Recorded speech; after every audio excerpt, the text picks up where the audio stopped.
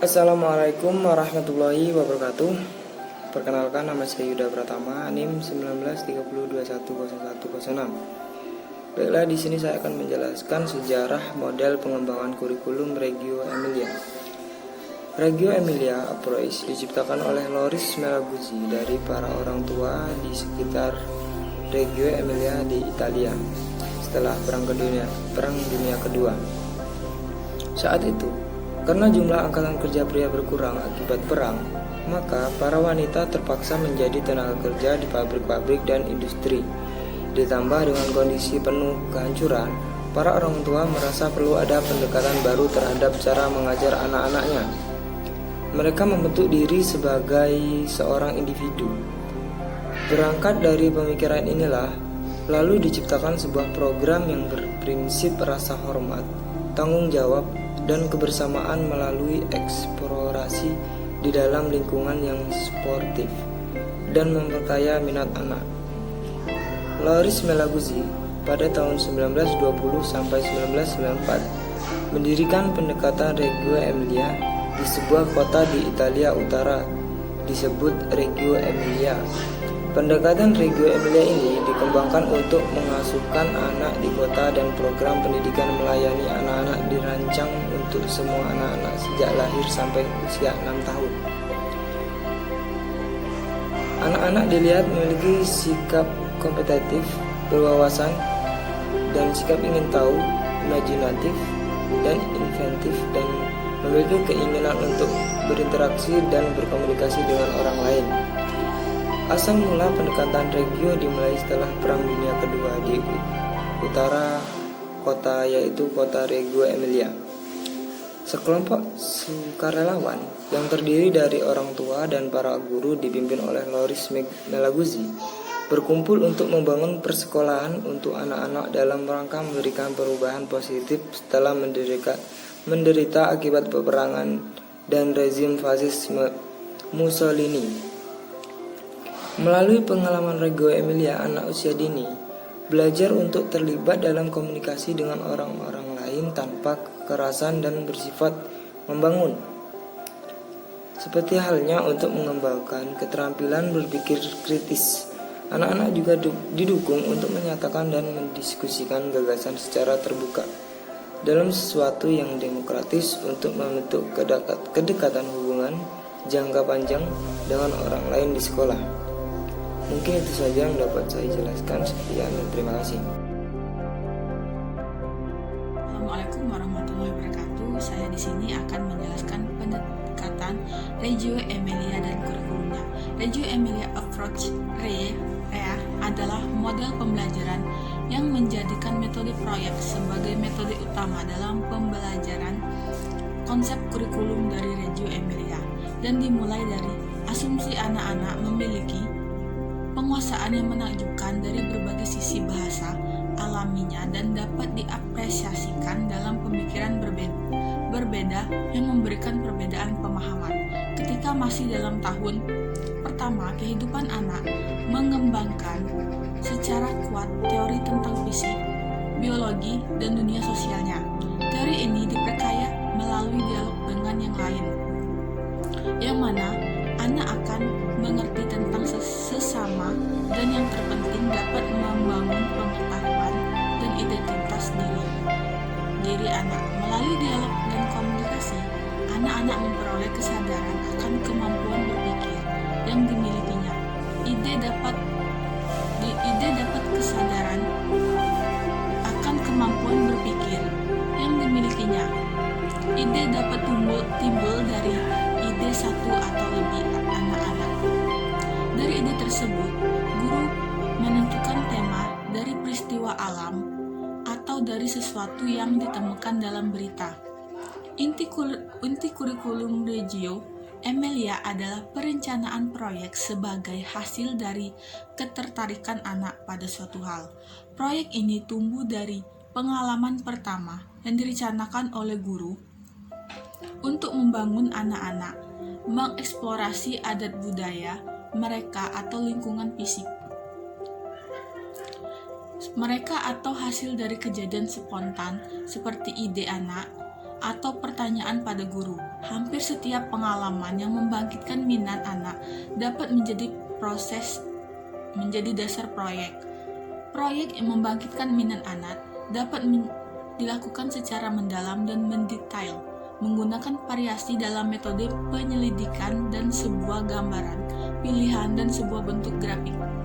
Pada setiap langkah aktivitas guru mengobservasi, mendiskusi, dan menafsirkan bersama hasil observasi mereka, yang selanjutnya membuat pilihan-pilihan baru untuk ditawarkan pada anak-anak. Dengan mendiskusikan dalam kelompok dan memilik ulang pengalaman-pengalaman dan ide-ide anak akan tumbuh dengan pemahaman mereka. Selain itu, Reggio Emilia menganggap anak-anak adalah bagian penting dari masyarakat. Keterlibatan masyarakat juga tampak penting dalam keanggotaan komite sekolah yang memberikan pengaruh signifikan pada kebijakan pemerintah daerah. Orang tua sebagai cermin peran masyarakat, baik di seluruh sekolah maupun tingkat. Orang tua diharapkan ikut berperan dalam diskusi tentang kebijakan sekolah, perkembangan anak, kurikulum, perencanaan, dan evaluasi. Karena mayoritas orang tua bekerja pada siang hari, pertemuan diadakan di malam hari sehingga semua dapat ikut berpartisipasi. Mungkin itu saja penjelasan dari saya. Wassalamualaikum warahmatullahi wabarakatuh. Baiklah, di sini saya akan menjelaskan tentang tujuan pembelajaran dan pendekatan Reggio Emilia. Di sini ada beberapa tujuan pembelajaran dalam pendekatan Reggio Emilia yang menurut Rubnerin dan Johnson pada tahun 2005. Yang pertama itu adalah ide dan hak-hak anak, potensi dan sumber yang seringkali terabaikan. Yang kedua itu adalah mempromosikan studi penelitian, eksperimen dalam pembelajaran dengan konteks pembelajaran yang aktif, konstruktif, dan kreatif. Yang ketiga itu meningkatkan profesionalisme guru, mendukung suatu kesadaran yang tinggi terhadap nilai-nilai kerjasama dan kebermaknaan hubungan antara anak dan keluarganya. Yang keempat itu menjadikan topik utama dari nilai-nilai penelitian, observasi, interpretasi, dan dokumentasi dari pengetahuan yang dibangun dari proses berpikir anak. Yang kelima itu adalah mengorganisasikan kunjungan terbimbing ke dalam program pendidikan, pameran budaya, seminar, dan kursus-kursus dalam isu pendidikan budaya anak usia dini. Tentang prinsip pendekatan Reggio Emilia. Itu ada 10. Yang pertama, gambaran tentang anak.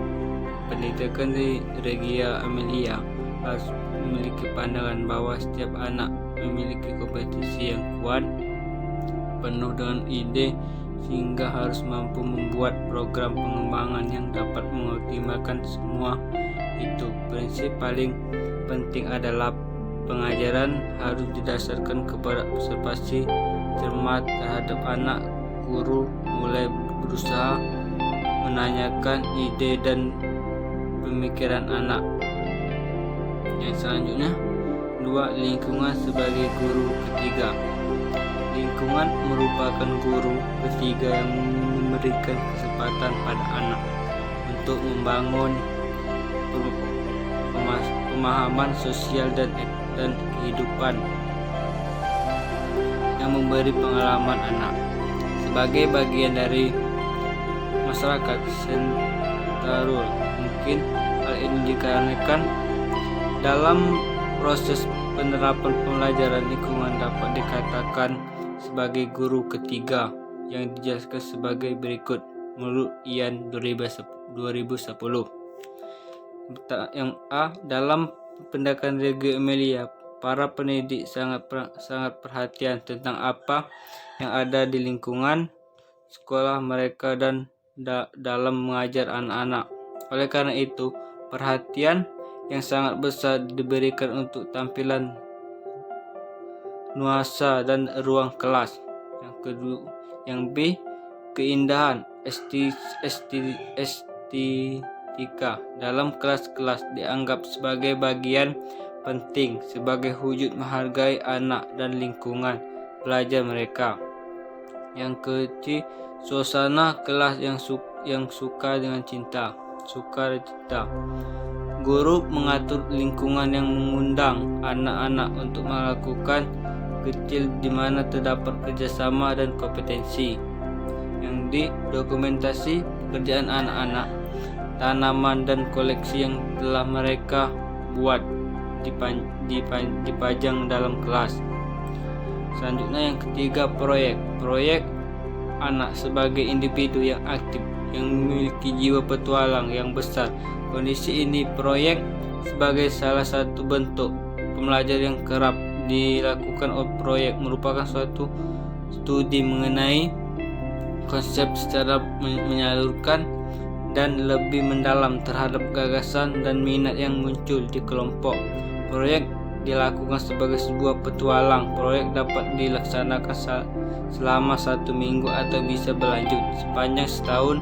Pelajaran sepanjang proyek, para guru membantu anak-anak untuk membuat keputusan mengenai arah belajar, tata cara untuk memilih topik riset dan melaksanakan riset dan kelompok. Referensi media yang akan dipertunjukkan dan dipamerkan di dalam lemari hasil karya proyek jangka panjang atau project note akan meningkatkan kekekalan belajar. Yang selanjutnya, hubungan yang dimaksud adalah hubungan antara anak dan guru dan orang tua yang merupakan komponen penting dari kurikulum Reggio Emilia ini. Supaya komponen ini terlihat dalam perencanaan proses hingga evaluasi pembelajaran yang dilakukan oleh sekolah. Yang kelima, kolaborasi kerjasama yang berusaha dijalankan dalam kurikulum Reggio Emilia adalah kerjasama antara berbagai komponen, antara lain kerjasama antara sesama guru dan anak dengan guru, anak dengan anak lain, dan anak dengan orang tua, dan komunikasi yang lebih besar lagi. Kerja kelompok kolaboratif baik besar maupun kecil dianggap berharga dan perlu untuk memajukan perkembangan kognitif. Yang keenam, guru sebagai peneliti. Peran guru dalam pendekatan Reggio Emilia sebagai konflik selain aktif sebagai konteks her. Peran guru utama untuk menjadi pembelajaran sejati bersama anak-anak guru yang merupakan seorang peneliti yang menggunakan semua sumber daya sebagai mereka meminjamkan keahlian untuk anak. Di dalam peran demikian, sebagai guru peneliti, pendidik harus berhati mendengarkan, menyimak, dan mengamati dan mendokumentasikan pekerjaan anak-anak dan pertumbuhan dan komunikasi terjadi di dalam agar dapat menimbulkan, membantu, dan membangun kembali. Selanjutnya, yang ketujuh, dokumentasi. Dokumentasi merupakan kegiatan yang menyimpan proses kegiatan anak yang nantinya dapat digunakan sebagai portofolio dan laporan perkembangan anak serta evaluasi kegiatan pembelajaran. Dokumentasi meliputi gambaran verbal dan visual dan aktivitas anak dalam proses pembelajaran. Yang selanjutnya, yang ke-8, progettazione merupakan bahasa rencana pembelajaran. Dalam bahasa Italia, rencana pembelajaran dibuat Reggio Emilia sangat fleksibel bagi anak, membawa ide anak dalam pembelajaran dilaksanakan dalam bentuk proyek, bukan tema-tema yang dibuat waktu, dan proyek yang dilaksanakan merupakan hasil kerjasama anak, orang tua, dan komunikasi yang lebih luas. 9. Provokasi. Kegiatan provokasi merupakan kegiatan mendengarkan secara intensif apa yang menjadi minat yang disampaikan melalui percakapan ataupun pertanyaan. Yang ke-10, 100 bahasa anak.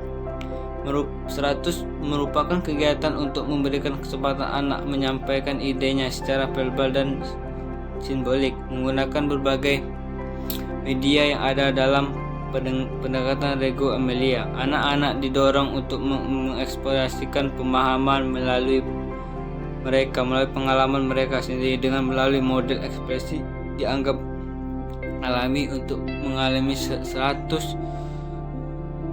bahasa anak, termasuk kata-kata, bahasa tubuh, diskusi, pantomimin, gerakan, menggambar dan melukis, dan konstruksi, membuat patung, bermain pura-pura, bermain cermin, dan dalam musik.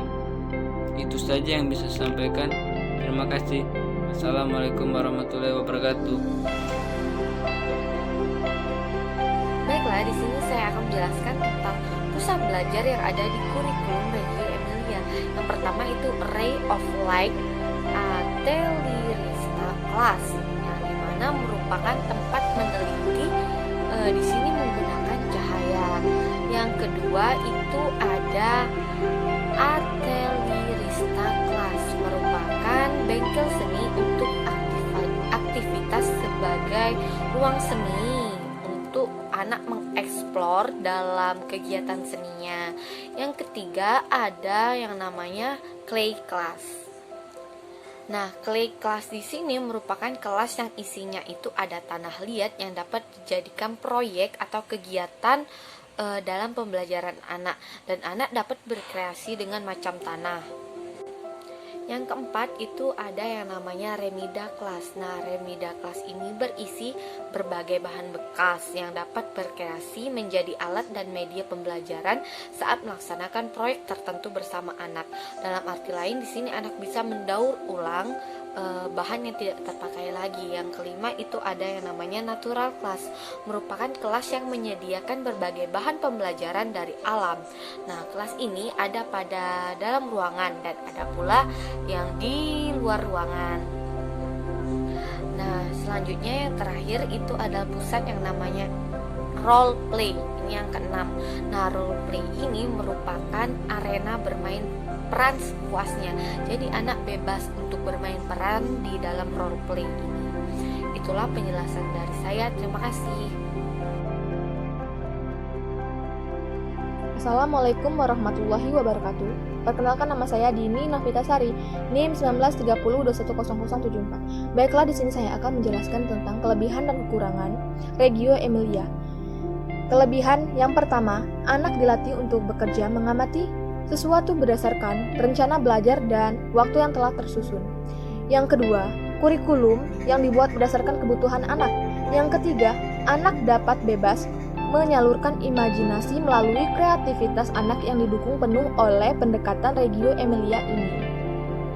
Baiklah, kekurangan dari Reggio Emilia ini adalah yang pertama itu dibutuhkan banyak bahan dan perlengkapan untuk mendukung kreativitas anak. Tidak hanya itu, guru juga dibutuhkan pada pendekatan ini kreatif lagi tertatib. Yang kedua, dibutuhkan gedung yang luas dan pendekatan ini pun dikarenakan banyaknya sentra maupun area yang diperlukan untuk pembelajaran ini. Baiklah, sekian dari saya. Terima kasih. Assalamualaikum warahmatullahi wabarakatuh. Perkenalkan, nama saya Distiani dengan NIM 1930210126. Di sini saya akan menjelaskan tentang sejarah perkembangan high scoop. Pada perkembangan awalnya, high scoop digunakan sebagai nama kurikulum yang dikembangkan untuk anak usia 3-4 tahun. Pada perkembangan berikutnya, nama high scoop digunakan sebagai suatu pendekatan yang digunakan dalam program penyelenggaraan PAUD. Pada tahun 1960-an, program ini ditujukan untuk anak-anak yang menghadapi kesulitan belajar atau anak luar biasa dengan situasi dan program sekolah dari lingkungan miskin di Ypsilanti, Michigan. Program ini ditujukan untuk mengatasi masalah-masalah negatif kemiskinan dalam sekolah bagi anak-anak di lingkungan tersebut. Pada tahun 1962, David P. Weikart, Direktur Pelayanan Khusus dari Ypsilanti Public School, mengembangkan suatu program yang diberi nama dengan Perry Preschool Project, yang pada kemudian hari dikenal dengan High School Perry Preschool Project. Weikart mendesain proyek tersebut untuk merespon kegagalan sekolah yang senantiasa terjadi pada siswa SMA dari lingkungan miskin Ypsilanti. Dengan menggunakan kurikulum Weikart, mengembangkan program intervensi bagi anak usia 3-4 tahun untuk mempersiapkan anak-anak prasekolah lingkungan miskin agar dapat sukses di sekolah. Program ini diselenggarakan di sebuah tempat pusat komunitas, kemudian seiring berjalannya waktu dipindahkan ke Perry Elementary School. Pada tahun 1970, Weikart meninggalkan sekolah umum ini dan mendirikan High School Educational Research Foundation. Pada tahun kedua, yaitu 1962, dari High School, para staf menemukan dan memakai konsep perkembangan dari Siang Piaget. Piaget menawarkan konseptual yang menjadi dasar pembangunan model PAUD, sebuah dasar nyata bagi pendidikan prasekolah. Piaget menyatakan bahwa anak sebagai pembelajar aktif, dan program pendidikan high school merujuk kepada teori pembelajaran Piaget yang dikembangkan berdasarkan hasil identifikasi terhadap perkembangan anak pada tahap perkembangannya. Tekan pada suatu tugas-tugas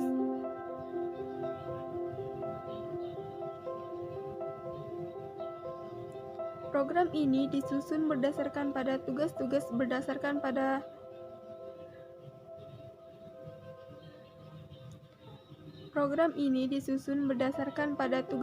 perkembangan setiap anak yang berkembang melalui tahapan-tahapan tertentu.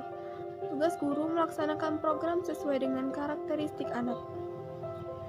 Developmentally Appropriate Practice atau DAP sebagai dasar dan tujuan jangka panjang proyek High School. Tujuan tersebut bermaksud untuk membantu mengembangkan yang pertama, kemampuan anak dengan menggunakan berbagai macam kegiatan seni dan gerak. Yang kedua, pengetahuan anak tentang objek berdasarkan konsep pendidikan kemampuan berbicara. Dan kemudian, grafikal yang direpresentasikan melalui pengalaman dan mengomunikasikan pengalaman mereka terhadap sesama teman atau orang dewasa. Yang ketiga, kemampuan bekerja sama dengan orang lain, membuat keputusan tentang apa yang harus dilakukan dan bagaimana cara melakukan sesuatu, dan merencanakan penggunaan waktu dan energi mereka. Dan yang terakhir yaitu 4, kemampuan anak untuk menerapkan perolehan kemampuan pemikiran baru dalam jangkauan yang luas dan natural berdasarkan situasi dan dengan menggunakan berbagai macam material. Sekian, terima kasih. Assalamualaikum warahmatullahi wabarakatuh. Perkenalkan, nama saya Yulianti dengan NIM 1930210044. Baiklah, di sini saya akan sedikit menjelaskan tentang pendekatan Hickscope dan kurikulumnya. Hickscope mengembangkan kurikulum yang melibatkan anak sebagai pembelajar dan perencana aktif. Guru berperan sebagai fasilitator dan membimbing dalam menyiapkan kelas dan bahan-bahan yang akan digunakan anak dalam merencanakan suatu kegiatan atau aktivitas. Kurikulum Hickscope ini membantu anak prasekolah untuk lebih bebas dan mandiri, bertanggung jawab dan menjadi pembelajar yang percaya diri. Dalam pembelajaran Hickscope ini, anak-anak dilibatkan secara aktif dalam pembelajaran melalui penggunaan berbagai alat permainan yang ada. Orang-orang yang terlibat dalam pembelajaran dan gagasan-gagasan yang muncul diharapkan anak akan memperoleh sejumlah pengetahuan yang bermanfaat bagi perkembangan dirinya sendiri.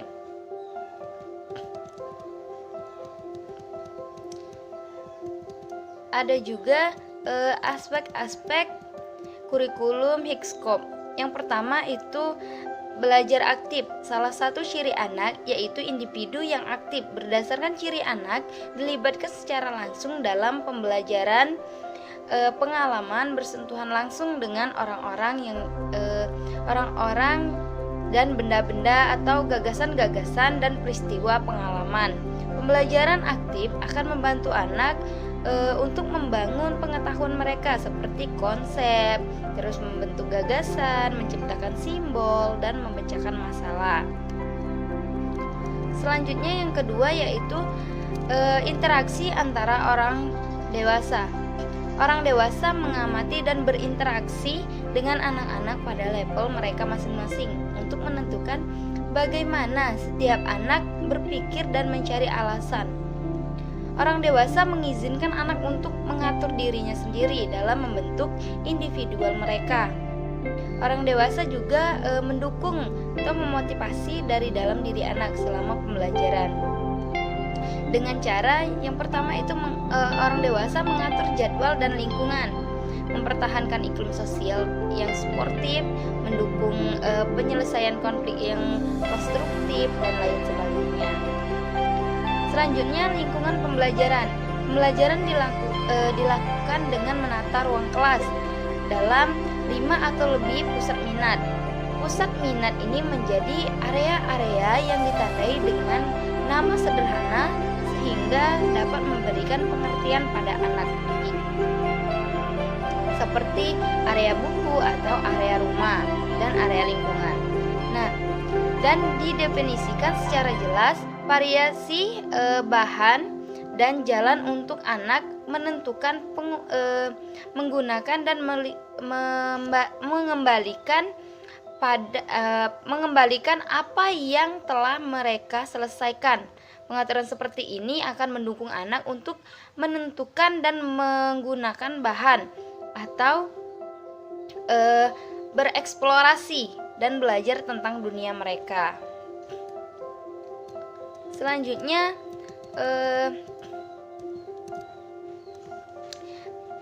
kriteria peralatan permainan anak atau furnitur di dalam sekolah. Higskop ini harus memenuhi kriteria tertentu. Sekolah harus menyediakan atau mengatur peralatan yang cukup dan baik mainan atau alat-alat furnitur untuk memfasilitasi partisipasi antara anak dan orang dewasa atau orang di sekitarnya. Selain itu, ada sasaran jangka panjang kurikulum Higskop. Ini ada 2, yaitu kemampuan interpersonal dan kemampuan intrapersonal. Kemampuan interpersonal ini sendiri yaitu mengerti orang lain, berempati, bekerja sama, berkomunikasi, dan rasa tanggung jawab yang tinggi. Sedangkan kemampuan intrapersonal ini dapat dilihat dalam bentuk perilaku percaya diri, anak menjadi kreatif, terus jiwa sosial dan kebijakannya tinggi, dan kemandirian. Ada juga upaya yang dapat kita lakukan untuk membantu anak meraih sukses dalam pembelajaran dan belajar bertanggung jawab terhadap sekolah dan kehidupannya. Mereka sekolah Higskop ini menyediakan suatu daftar kegiatan harian yang berisi kegiatan seimbang antara kegiatan atas inisiatif anak dan aktivitas yang melibatkan orang dewasa secara langsung. Program Higskop ini memiliki perencanaan kegiatan yang sama untuk setiap hari, tetapi menyediakan kerangka kerja yang konsisten untuk orang dewasa dan anak. Rangkaian kegiatan disusun dalam siklus perencanaan tindakan review. Kegiatan inti Higskop ini hariannya membentuk kebebasan pada anak. Ada juga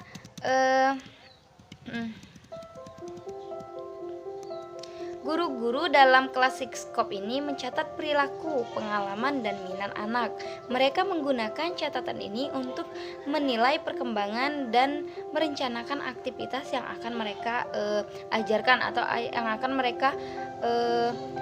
akan mereka ajarkan untuk mendatangnya. dengan menunjang pertumbuhan dan perkembangan anak dalam proses asesmen. Hal ini perlu diperhatikan antara lain yang pertama itu perencanaan kelompok, yang kedua catatan pengamatan hariannya, yang ketiga itu kumpulan catatan rekaman setiap semesternya. Mungkin itu saja sedikit penjelasan dari saya. Terima kasih. Kembali kepada moderator.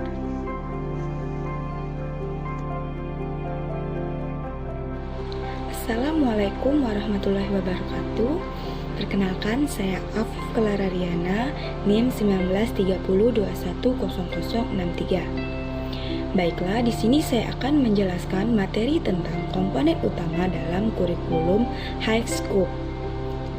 Komponen utama dalam kurikulum High Scope ini dikembangkan oleh David Weickart pada tahun 1960-an, tetapi baru mulai digunakan pada tahun 1962. Komponen utama dalam kurikulum High Scope ini adalah yang pertama, anak sebagai pembelajaran aktif, di mana anak menggunakan sebagian besar waktunya dalam learning center yang beragam.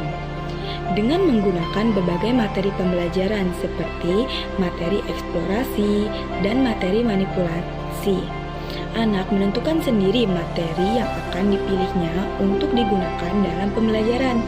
Materi-materi tersebut ditunjuk terutama bagi pengembangan bahasa anak dengan bimbingan dari orang dewasa atau orang tua.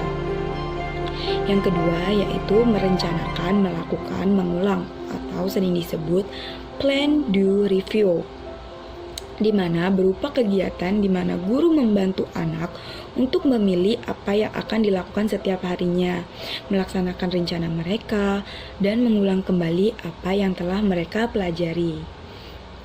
Yang ketiga yaitu pengalaman kunci atau key experiment, di mana pengalaman kunci ini merupakan fokus utama dalam pembelajaran High Scope dengan mendasarkan pada karakteristik anak yang mengacu pada perkembangan kognitif dari Jean Piaget.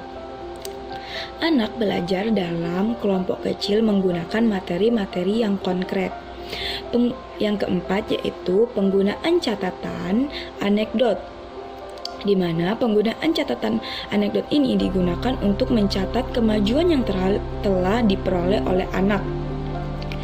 Guru selalu menyediakan kertas, perhatian, dan waktu untuk dapat mengamati perkembangan anak dalam hal sekecil apapun. Catatan anekdot ini digunakan sebagai besar untuk menyusun laporan perkembangan anak pada nantinya. Baiklah, itu saja materi tentang komponen utama High Scope. Terima kasih. Wassalamualaikum warahmatullahi wabarakatuh.